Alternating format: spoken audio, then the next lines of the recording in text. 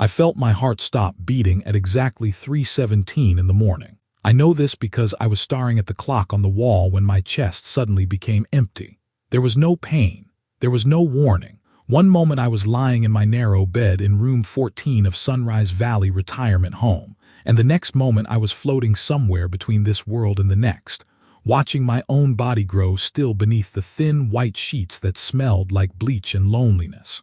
This is not a story about dying. This is a story about what happens when God refuses to let you go. This is a story about a son who threw his father away like garbage and a father who still loved him anyway. This is a story about the quiet room and the choice that changed everything.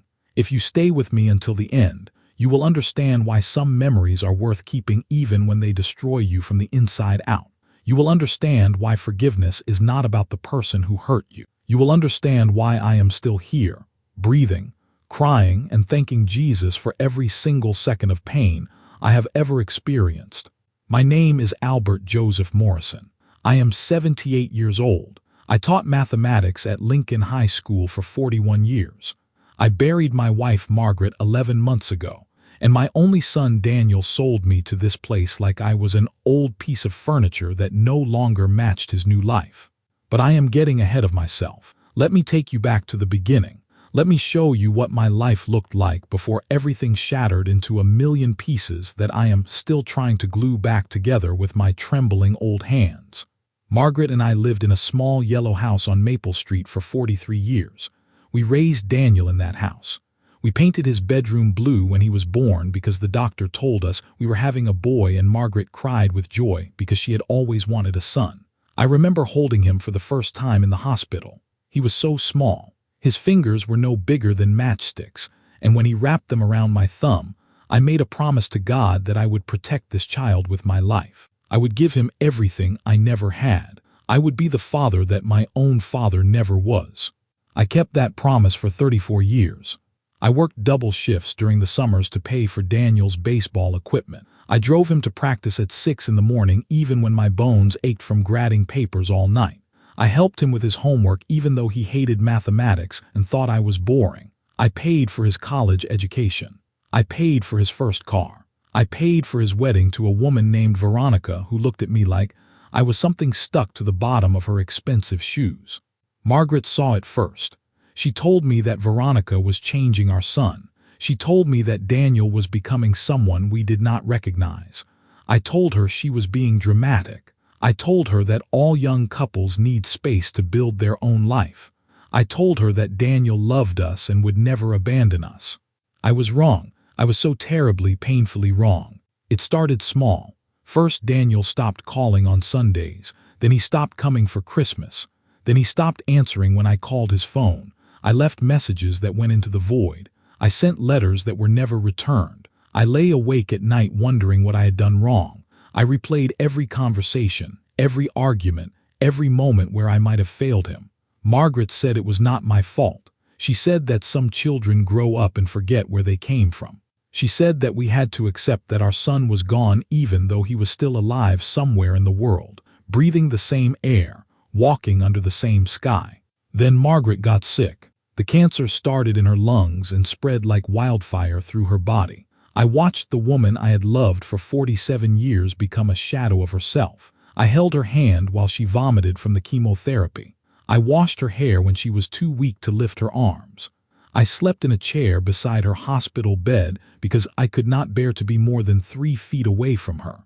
I called Daniel. I called him 17 times in 2 weeks. I left messages begging him to come say goodbye to his mother. I told him that she was asking for him. I told him that she was crying his name in her sleep. I told him that he would regret this for the rest of his life if he did not come. He never came. Margaret died on a Tuesday afternoon in September. The leaves were just starting to change color outside her window. She looked at me with those beautiful brown eyes that I had fallen in love with at a church picnic 50 years ago, and she said, "Tell Daniel I forgive him. Tell him I love him. Tell him that being his mother was the greatest gift God ever gave me." Then she closed her eyes and she was gone. I buried my wife alone. I stood at her grave with the pastor and 2 neighbors who barely knew her name. I threw dirt on her coffin and I felt something inside me break that I knew would never be fixed. I went home to our empty yellow house and I sat in her rocking chair and I did not move for 3 days. I did not eat. I did not sleep. I just sat there in the darkness, waiting to die so I could be with her again. But death did not come. Instead, my son came. Daniel showed up at my door 6 weeks after the funeral. For one moment, one single heartbeat, I felt joy. I thought he had come back to me. I thought the grief had changed him. I thought he had realized what mattered. I opened my arms to embrace him, but he stepped back like I was contagious. "Dad," he said, and his voice was cold, "we need to talk about the house." That is when I noticed the woman standing behind him, Veronica. She was wearing a fur coat even though it was not that cold outside. She was tapping her foot like she had somewhere more important to be. She was looking at our family photos on the wall like they were worthless decorations that needed to be thrown away. "What about the house?" I asked. Daniel pulled out a folder of papers, legal documents, words I did not understand, terms that made my head spin. He explained that the house was worth a lot of money now because the neighborhood had become desirable. He explained that Veronica was pregnant and they needed to think about their future. He explained that it did not make sense for me to live alone in a 4-bedroom house when I could barely climb the stairs anymore. "What are you saying?" I asked, even though I already knew. "I found a place for you," Daniel said. "It is called Sunrise Valley. It is a very nice retirement community. They have activities and nurses and 3 meals a day. You will be comfortable there." "You want to put me in a home?" "It is not putting you anywhere. It is helping you. You cannot take care of yourself anymore, Dad. You are not eating. You are not bathing. The neighbors called me because they were worried about you." I looked at my son. I looked at the boy I had held in my arms when he was 3 minutes old. I looked at the child I had taught to ride a bicycle and throw a football and tie his shoes. I looked at the teenager I had driven to baseball practice at 6 in the morning. I looked at the man I had sacrificed everything for. And I did not recognize him. "The house was supposed to be for you," I said. My voice was shaking. "Your mother and I always planned to leave it to you. We wanted you to raise your children here. We wanted grandchildren running through these halls. That was our dream." Daniel looked at his wife. She shrugged like she was bored with the conversation. "Things change," Daniel said. "Veronica does not want to live in this neighborhood. We are moving to a gated community near her parents. We need the money from selling this house to afford the down payment. So you are selling my home. You are selling the home where your mother died. You are selling the home where we raised you. It is just a building, Dad. You are being emotional." I wanted to hit him. For the first time in my life, I wanted to raise my hand against my own child. I wanted to shake him until he remembered who he was. I wanted to scream at him until my lungs collapsed. But I did not do any of those things. I just stood there in the doorway of my own home, feeling my heart break into pieces so small that I could not even find them anymore. "Your mother's last words were about you," I said quietly. "She died asking for you. She died forgiving you for not coming to say goodbye. And this is how you repay her. This is how you honor her memory." Daniel had the decency to look uncomfortable for half a second. Then Veronica touched his arm, and he straightened his spine like he was receiving orders from a commanding officer. "The movers will be here on Saturday," he said. "Pack what you need. The rest will be donated or thrown away." He turned and walked away. He did not hug me. He did not say he loved me. He did not even look back. I stood in that doorway for a long time after his car disappeared around the corner. I stood there until the sun went down and the streetlights flickered on one by one. I stood there until my legs could not hold me anymore, and I collapsed onto the floor that Margaret used to sweep every morning while singing hymns she learned in church. That night, I seriously considered ending my own life. I will not pretend otherwise. I will not hide the darkness that consumed me in those terrible hours. I sat in the kitchen with a bottle of sleeping pills in my hand, and I thought about swallowing all of them. I thought about joining Margaret in whatever place she had gone. I thought about escaping the pain that was crushing my chest like a concrete slab. I thought about letting Daniel find my body and knowing that he would have to live with the guilt for the rest of his miserable life. But then I remembered something Margaret told me a long time ago. We were sitting on the porch watching a thunderstorm roll in across the hills. She turned to me and said, "Albert, God does not give us more than we can handle. And when we think we cannot handle anymore, that is when He carries us. I put the pills back in the medicine cabinet. I got down on my knees on the cold kitchen floor, and I prayed for the first time in months. I asked God to give me strength. I asked Him to show me why I was still here. I asked Him to help me forgive my son, even though the anger was burning a hole through my stomach. I did not receive an answer that night, but I woke up the next morning still alive, which I suppose was answer enough. The movers came on Saturday just like Daniel promised. They put all my belongings into cardboard boxes without any care or respect. They threw away Margaret's wedding dress because Daniel said there was no room for it. They took down the photographs that had hung on our walls for 4 decades and stacked them in a pile for donation. I watched my entire life being dismantled piece by piece, and I was powerless to stop it. Daniel did not come himself. He sent a young woman from his office to supervise the move. She was polite but efficient. She checked things off a clipboard while strangers carried away everything I had ever loved. I was allowed to bring 2 suitcases to my new home, 2 suitcases to hold 78 years of memories. I packed Margaret's Bible. I packed the photograph of Daniel as a baby that I mentioned earlier. I packed the love letters Margaret wrote me when I was stationed overseas during the Korean War. I packed a small wooden cross that my father carved for me before he died. Everything else was left behind. The young woman drove me to Sunrise Valley Retirement Home in a black car that smelled like new leather. She did not speak to me during the entire drive. She just looked at her phone and typed messages to people who were probably more important than a forgotten old man being discarded by his only child. Sunrise Valley looked nice from the outside. There were flowers in the garden and benches under shady trees. There was a fountain in the courtyard that made peaceful bubbling sounds. There was a sign near the entrance that said, "Where every day is a gift," in golden letters. It was all a lie. The inside smelled like industrial cleaner and something else underneath. Something that reminded me of the hospital where Margaret died. The walls were painted a cheerful yellow that seemed desperate, like the building was trying too hard to convince you that this was a happy place. The nurses smiled with their mouths but not with their eyes. The other residents shuffled through the hallways like ghosts who had already given up on life. I was assigned to room 14. It was a small room with a single bed, a dresser, and a window that looked out onto the parking lot. There was a television mounted on the wall that only received 4 channels. There was a bathroom so small that I could barely turn around in it.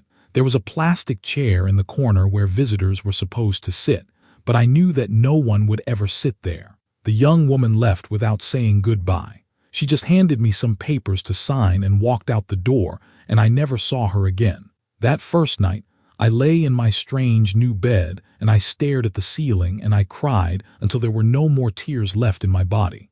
I cried for Margaret, who should have been sleeping beside me. I cried for Daniel, who had become a monster I did not recognize. I cried for myself because I was old and alone and afraid, and I did not know how to live anymore. I thought about the quiet room for the first time that night. One of the nurses had mentioned it while she was showing me around the facility. She pointed to a door at the end of a long hallway and said, "That is the quiet room. It is for residents who need extra rest. Very peaceful, very calm." Then she changed the subject quickly, like she had said something she was not supposed to say. I did not think much of it at the time, but over the following weeks, I began to notice things. I began to pay attention to patterns that did not make sense. There was an old woman named Dorothy who used to sit across from me at dinner. She had wild white hair, and she talked constantly about her dead husband Harold and how much she missed him. She cried every night in the room next to mine. I could hear her through the thin walls, sobbing and calling Harold's name over and over again. Then one day Dorothy went into the quiet room. The nurses said she needed rest.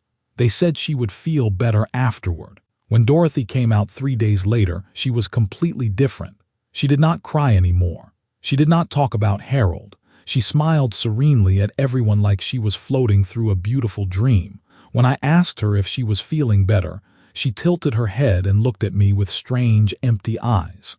"Better than what?" she asked. "I feel wonderful. I feel like I have been carrying a heavy suitcase for a long time and I finally put it down. But what about Harold? I asked. You told me so many stories about him. You told me about your wedding day and your honeymoon in Niagara Falls and the house you built together. Dorothy frowned. It was the frown of someone trying to remember a word in a foreign language they learned as a child and have since forgotten. Harold, she repeated slowly. I am not sure I know anyone named Harold. Was he a friend of yours? I felt something cold crawl up my spine. This woman had spent hours telling me about her husband of 52 years. She had described his face in perfect detail. She had recited his favorite poems from memory. She had shown me the wedding ring she still wore on her finger after all these years. And now she could not remember his name. I began watching more carefully after that. I began keeping track of who went into the quiet room and who came out. I began documenting the changes in a small notebook that I hid under my mattress. There was George, a retired firefighter who used to wake up screaming from nightmares about the people he could not save from burning buildings. After the quiet room, he slept peacefully every night and could not remember why fire used to frighten him. There was Martha, who spent every day writing angry letters to her children who never visited. After the quiet room, she could not remember having any children at all. She looked at photographs of them and shrugged like she was looking at strangers. There was William, a former soldier who carried guilt about things he had done during the war. He used to cry in the chapel and beg God for forgiveness. After the quiet room, he walked with a lightness in his step and said he felt cleaner than he had in 60 years. He could not remember what he was supposed to be guilty about. I realized what was happening with a horror that made my blood run cold. The quiet room did not cure illness. It did not provide rest. It did not heal wounds. The quiet room removed memories. It took away the things that hurt you. It erased the pain that made you human. It lifted the burden of your past by simply deleting the past altogether. And people were lining up to enter voluntarily because the weight of their memories had become too heavy to carry. I understood the appeal. God knows I understood. I lay awake every night with my own memories pressing down on me like stones on my chest. I remembered every mistake I had ever made. I remembered every student I had failed during my 41 years of teaching. I remembered every argument I had with Margaret and every time I chose work over family and every moment I wish I could take back. Most of all, I remembered Daniel. I remembered holding him when he was born. I remembered his first words and his first steps and his first day of school when he cried and begged me not to leave him. I remembered teaching him to ride a bicycle in the park behind our house. I remembered the look on his face when he scored the winning run in his Little League championship game. I remembered driving him to college and helping him carry boxes up 4 flights of stairs and trying not to cry when I said goodbye. And I remembered how he looked at me when he told me he was selling my home. I remembered the coldness in his eyes. I remembered the complete absence of love or gratitude or basic human decency. I remembered the feeling of my heart being ripped out of my chest while my only child watched without caring. The anger was eating me alive. I woke up every morning with my jaw clenched and my fists tight. I went through each day replaying conversations with Daniel that I wished I had handled differently. I imagined confronting him and telling him exactly what kind of person he had become. I fantasized about his life falling apart so he would finally understand what he had done to me. I prayed for Veronica to leave him so he would know what loneliness felt like. These thoughts shamed me. I was a Christian man who believed in forgiveness and turning the other cheek, but the rage was stronger than my faith. The betrayal was deeper than any spiritual truth I had learned in 78 years of going to church. The depression came next. It crept over me like fog rolling in from the ocean. One day I woke up and I could not make myself get out of bed. What was the point? No one was waiting for me. No one cared if I ate breakfast or got dressed or lived another day. I was just taking up space, using resources that could go to someone who mattered. I was a burden on a world that had clearly decided it no longer needed me. I stopped eating. I stopped talking to the other residents. I stopped reading Margaret's Bible even though I had read from it every single day for the past 40 years. I just lay in my narrow bed and stared at the ceiling and waited for death to finally come and take me away from this miserable existence. The nurses noticed. They always noticed when someone was giving up because it happened so often in this place. They sent a social worker to talk to me. They sent a chaplain to pray with me. They sent a psychiatrist who prescribed pills that made me feel like I was wrapped in cotton and floating underwater. Nothing helped. Nothing could fill the hole that Daniel had carved in my chest when he threw me away. After 3 months of this, Dr. Patterson came to my room. She was the head of Sunrise Valley, a tall woman with silver hair and kind eyes that seemed to see right through you. She sat in the plastic chair that was supposed to be for visitors, and she folded her hands in her lap, and she looked at me for a long moment before speaking. "Albert," she said gently, "we need to talk about the quiet room." My heart started pounding. I had known this conversation was coming. I had been dreading it and hopping for it in equal measure. "I know what it does," I said. My voice was rusty from weeks of not speaking. "I know it takes away memories."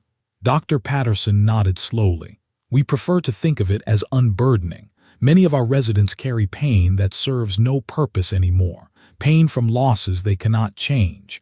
Pain from betrayals they cannot undo. Pain from guilt that weighs them down until they cannot remember how to walk upright. The quiet room offers them relief.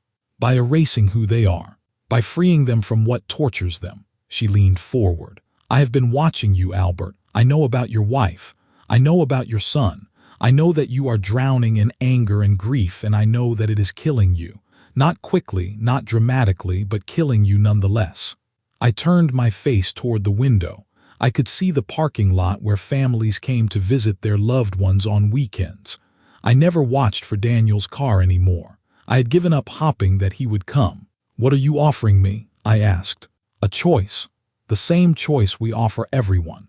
You can stay as you are. You can continue carrying the weight of your pain until it crushes you completely. You can die here in this bed still angry at a son who does not deserve your anger because he is not worth the energy it takes to hate him." She paused. The silence stretched between us like a bridge over a canyon. "Or you can come to the quiet room. You can let go of the memories that are destroying you. You can forget the betrayal and the abandonment and the rage. You can spend your remaining years in peace instead of torment. If I forget Daniel, I will forget Margaret too. They are connected. Every memory of him includes her. Every moment of joy we had as a family is tangled up with the pain of what he became." Dr. Patterson shook her head. "It does not work that way. The room is selective. It can remove specific wounds while leaving other things intact. You could forget the pain of Daniel's betrayal while still remembering the happiness of your marriage. You could forget the anger while keeping the love." I thought about this for a long time. I thought about Dorothy, who no longer remembered Harold. I thought about George, who no longer feared fire. I thought about Martha, who no longer had children. "What is the cost?" I asked finally. "There is always a cost." Dr. Patterson looked at me with something like respect. "The cost is that you will not be entirely yourself anymore. The pain shaped you just as much as the joy did. When you remove part of your history, you remove part of your soul. You become simpler, lighter, happier perhaps, but less complete. Like a book with chapters ripped out." Yes, exactly like that. I closed my eyes. I tried to imagine a life without the burning rage that woke me up every morning. I tried to imagine a life without the crushing grief that followed me every moment. I tried to imagine feeling light and free and peaceful like Dorothy with her serene, empty smile. It sounded wonderful. It sounded terrifying. "I need time to think," I said. Dr. Patterson stood. "Of course, there is no pressure. The room will be there whenever you are ready, if you are ever ready." She left me alone with my thoughts, and they were not good company. Before we go any further, if you believe in Jesus, subscribe to my channel, because we provide daily Jesus stories that change people's life. The next few weeks were the darkest of my entire existence. I could not escape the decision that was waiting for me. Every morning I woke up and immediately thought about the quiet room. Every night I lay awake weighing the options until my head pounded and my heart raced, and I wanted to scream at the ceiling just to release some of the pressure building inside me. On one hand, the pain was unbearable. The anger toward Daniel consumed every thought. The grief for Margaret had not lessened after almost a year. The loneliness was a physical ache in my bones that no amount of interaction with other residents could cure. I was not living. I was merely existing, counting down the days until death finally showed mercy. On the other hand, the pain was mine. It was the only thing I had left. If I let the quiet room take away my memories of Daniel's betrayal, who would I be? A smiling, empty shell like Dorothy, a ghost who floated through the world without really touching it. The rage and grief were awful, but they were also proof that I had lived, proof that I had loved deeply enough to be hurt this badly, proof that Margaret and Daniel and our life together had actually existed. I prayed every day during this period, not the rote prayers I had recited in church for decades. Real prayers, desperate prayers, prayers that came from the broken places inside me that I had never shown to anyone, not even Margaret. God, I would whisper in the darkness of my room, what do you want me to do? Do you want me to let go of this pain? Is holding on to it a sin? Is letting it go a sin? I do not understand why you are letting this happen to me. I tried to be a good man. I tried to be a good father. I gave everything I had, and this is how it ends. Alone in a room that smells like disinfectant, abandoned by my only child waiting to die. There was no answer, just silence, just the ticking of the clock and the distant sound of the television in the common room and the occasional footsteps of nurses making their rounds. I started to wonder if God had abandoned me too. Then one night everything changed. It was 3:17 in the morning. I know this because I was staring at the clock on the wall when my chest suddenly became empty. One moment I was lying in my bed, thinking about the quiet room, and the next moment my heart simply stopped beating.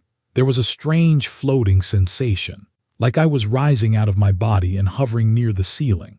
I could see myself below, lying still on the narrow bed, my face frozen in an expression of surprise. So this is death, I thought, finally.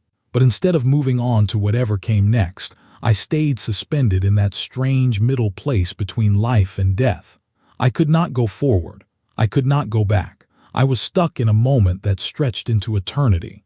And then I saw him. I do not know how to describe what I experienced because human words are not adequate.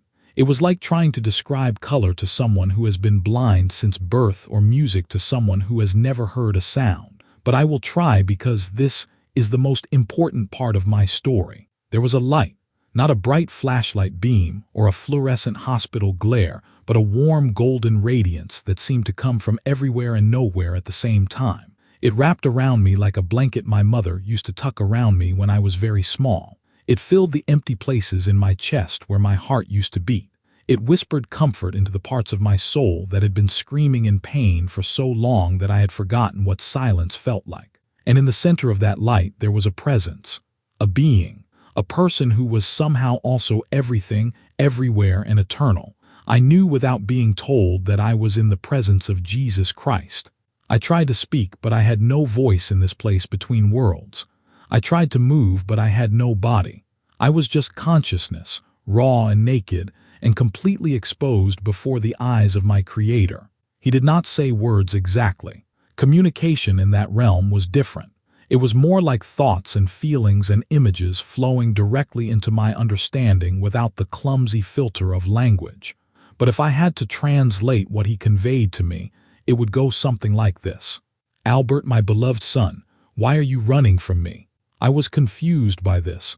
I had not been running. I had been praying. I had been begging for answers. I had been desperately seeking his guidance. The presence radiated gentle correction. You have been so focused on your pain that you have forgotten who I am. You have been so consumed by anger toward Daniel that you have left no room for my peace. You have been carrying burdens that I never asked you to carry. But he betrayed me, I thought. My own son threw me away like garbage. He sold my home while my wife's body was barely cold in the ground. He chose money over his father's dignity. How am I supposed to forgive that? The light pulsed with something that felt like divine patience. Do you remember what my words say about forgiveness? I thought about every sermon I had ever heard about turning the other cheek. I thought about Jesus forgiving the men who crucified him. I thought about the parable of the prodigal son, where the father ran to embrace his wayward child without demanding apology or explanation. I know what your words say, I admitted, but knowing is not the same as doing. The anger is too strong. The hurt is too deep. I have tried to let go and I cannot. You are trying with your own strength, the presence conveyed. You are trying to lift a weight that only I can carry. This was never your burden to bear alone. Then help me, I begged. Please help me because I cannot do this by myself. The light grew brighter, warmer, more encompassing. I felt something shifting inside my spiritual self, something loosening, something breaking free. I want you to understand something about your son, the presence communicated. Daniel is not your enemy. He is a lost sheep who has wandered far from the flock. He is trapped in a prison of his own making, surrounded by walls of selfishness and materialism and fear. The woman he married has filled his ears with lies about what matters in this life. He has forgotten who he is. He has forgotten whose son he really is. But he hurt me so badly. Yes, he did. And that hurt is real and valid, and I do not dismiss your pain. But Albert, consider this. Daniel's betrayal of you is his tragedy, not yours. He is the one who lost a father's love. He is the one who will carry guilt when the truth finally breaks through the walls around his heart. He is the one who will spend years trying to undo the damage he has done. Your job is not to punish him or even to hold on to the anger as a way of maintaining justice. Your job is to love him anyway. Your job is to forgive him the same way I have forgiven you for every sin you have ever committed. I thought about my own failures. I thought about the times I had put work ahead of family. I thought about the harsh words I had spoken to Margaret in moments of frustration. I thought about the students I had failed to reach during my teaching career. I thought about the countless small and large sins that marked my 78 years on earth. I have forgiven all of it, the presence assured me. Every single moment, every single mistake. I do not keep score. I do not hold grudges. I do not remember your sins against you because when you accepted my sacrifice, those sins were washed away completely. Then why did you let this happen to me? Why did you let Daniel betray me and Margaret die and my life fall apart? There was a long pause. The light shifted and changed, becoming deeper somehow, more ancient. I did not cause these things. Human beings have free will, and sometimes they use that freedom to hurt each other. What I promise is not a life without pain, but a life where no pain is wasted. What I promise is that I will use every heartbreak for a purpose you cannot see yet. What I promise is that I will be with you in the valley of the shadow of death, and that no darkness can ever separate you from my love. I felt tears flowing from eyes I did not have in this place. I felt decades of anger and grief and bitterness beginning to crack and crumble like a dam giving way to the pressure of a river. What about the quiet room? I asked. Should I go there? Should I let them take away my memories so I can finally have peace? The presence conveyed something complex, something that took me a while to understand. The quiet room offers a counterfeit peace. It removes pain by removing the person who experienced the pain, but true peace does not come from forgetting. True peace comes from understanding that I am greater than any suffering you have ever endured. True peace comes from trusting that there is meaning in your story, every chapter of it, even the chapters that hurt the most. So I should keep my memories, all of them. You should keep your memories and you should let me transform them. The memory of Daniel's betrayal can become a reminder of how much you loved him and how much you still love him. The memory of Margaret's death can become a celebration of the life you shared and a promise of the reunion that awaits you. The pain does not have to define you. It can refine you instead.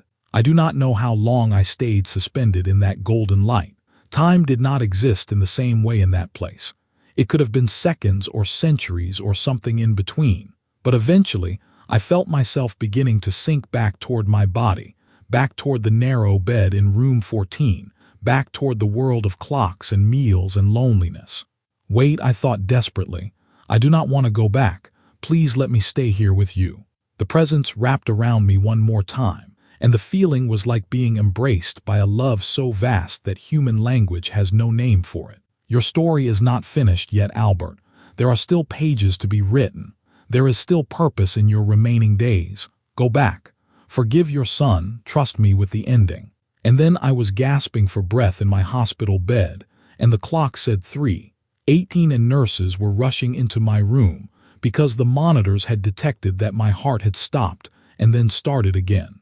I had been clinically dead for approximately 1 minute. The doctors could not explain what happened. They ran tests and scans and consulted with specialists and found nothing wrong with my heart. They used words like spontaneous cardiac arrest and unexplained revival and medical anomaly. They wanted to transfer me to a hospital for observation, but I refused.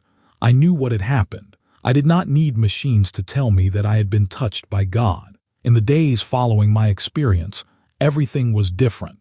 The anger was still there, but it no longer controlled me. It was like a fire that had been raging out of control had been reduced to manageable flames that I could tend and eventually extinguish. The grief was still there, but it was softer now, mixed with gratitude for the years I had shared with Margaret instead of only bitterness about losing her. The depression lifted like fog burning off in morning sunlight. I got out of bed. I took walks in the garden. I started eating meals in the dining room again. I talked to other residents and listened to their stories and tried to offer comfort where I could. I read Margaret's Bible every day and found new meaning in verses I had read 1,000 times before. The nurses were amazed at my transformation. Dr. Patterson came to see me and asked what had changed. I told her about my experience during the minute when my heart stopped. She listened without interrupting, and when I finished, she nodded slowly. I have worked in elder care for 30 years, she said.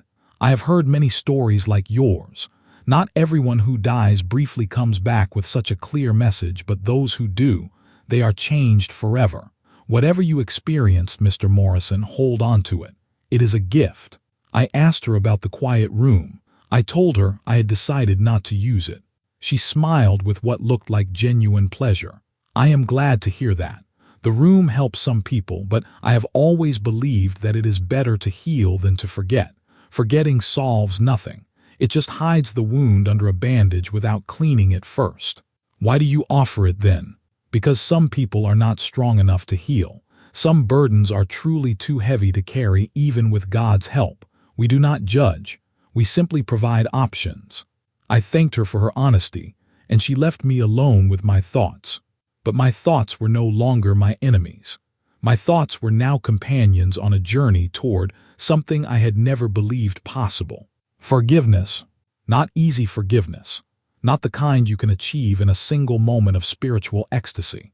The real kind of forgiveness that happens slowly, painfully, one choice at a time. The kind where you wake up angry and choose peace anyway. The kind where you remember the betrayal and choose to release it anyway. The kind where you fail and try again and fail and try again until eventually the trying becomes easier than the failing. I wrote Daniel a letter. It was the hardest thing I have ever done. Harder than burying Margaret. Harder than watching my home being dismantled and sold. Harder than lying in that narrow bed wanting to die.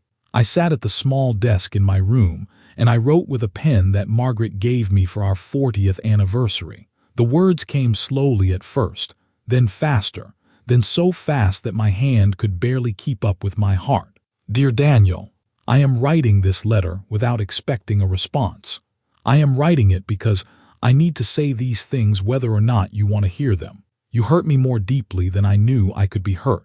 When you came to the house after your mother died and told me you were selling it to pay for your new life, something broke inside me that I thought could never be fixed.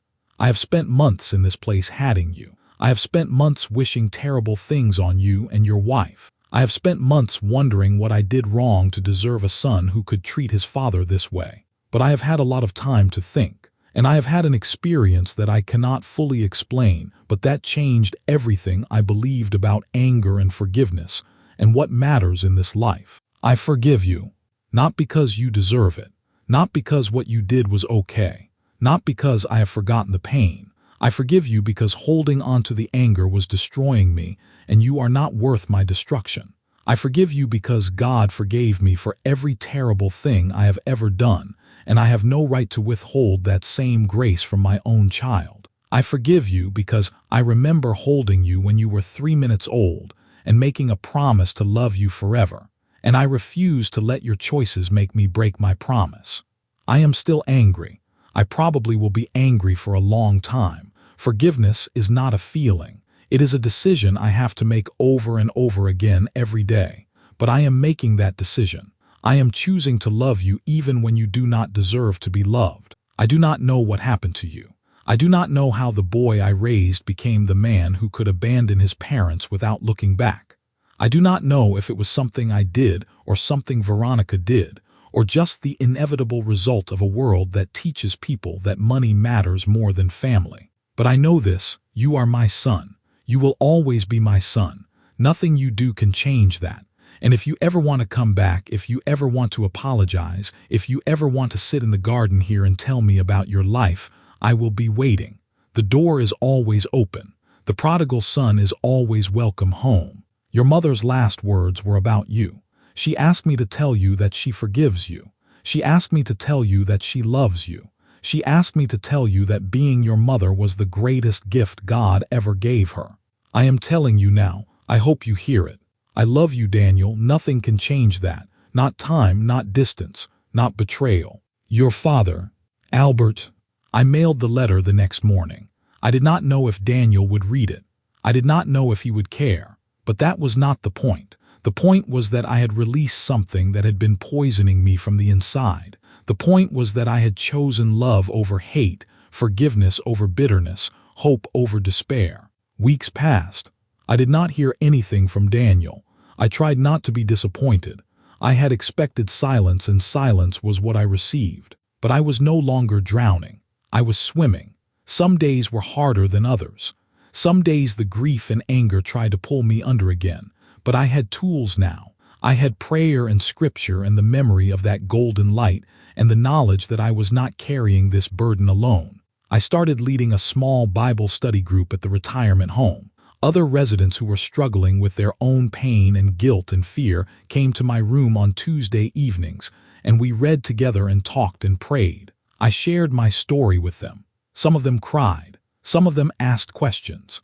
Some of them went to the quiet room anyway because their burdens were different from mine, and I did not judge them. I visited the chapel every morning. I sat in the front pew and I talked to God like he was an old friend, which I suppose he is.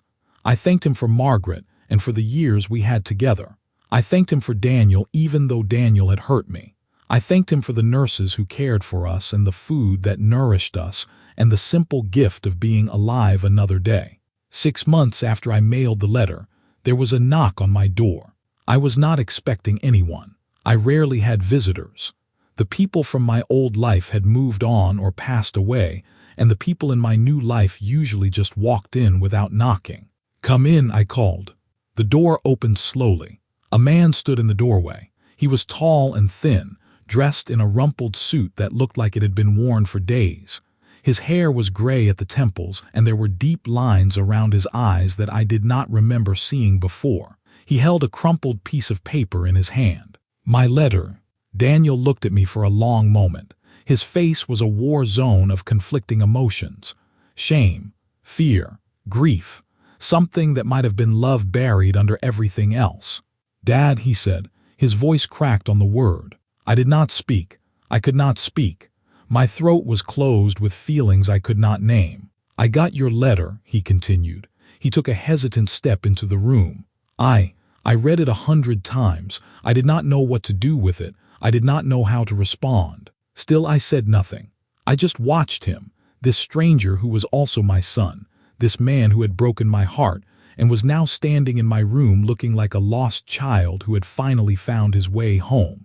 "Veronica left me," Daniel said. The words came out in a rush like he had been holding them back for too long. 3 months ago, she was having an affair with someone from her yoga class. She took everything.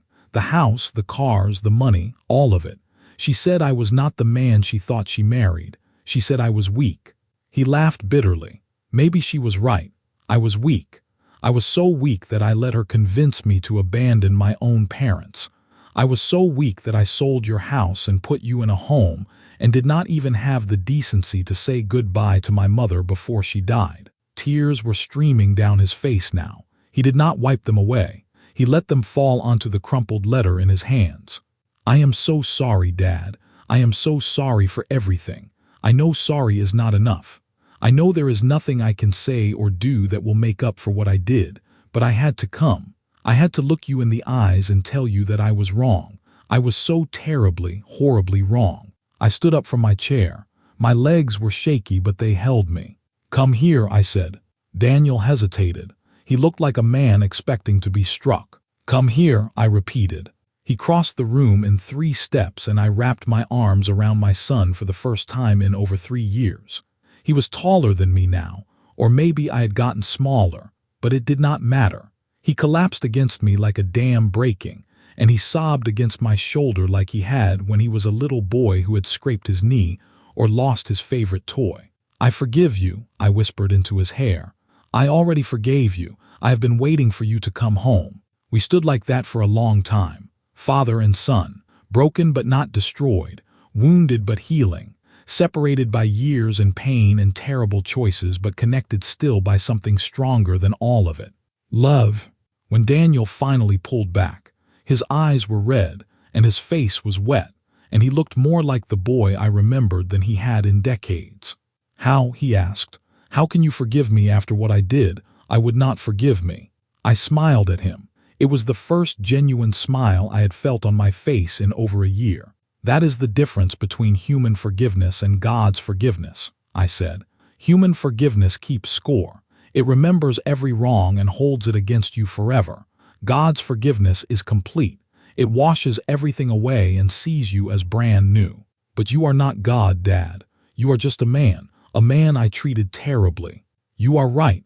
I am just a man, but I serve a God who taught me how to love even when it hurts.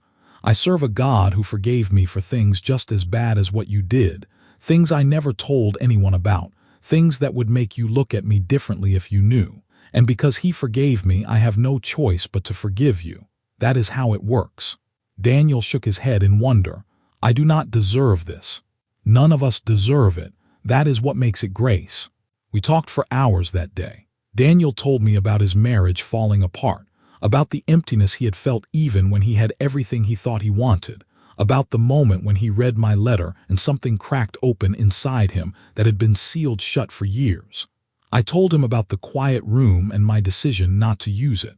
I told him about the night I died for 1 minute and what I experienced in that golden light. I told him about the journey from anger to forgiveness and how I was still walking that road every single day. When visiting hours ended and Daniel had to leave, he held my hands and looked at me with eyes that reminded me of the little boy he used to be. Can I come back? He asked. Not just once, regularly. Can I be part of your life again? You never stopped being part of my life, I said. You were always with me even when you were far away. He came back the next week, and the week after that, and the week after that. We rebuilt our relationship one conversation at a time. It was not easy. There were moments when the old anger flared up, and I had to remind myself of my decision to forgive. There were moments when Daniel said something that reminded me of Veronica, and I had to bite my tongue to keep from saying things I would regret.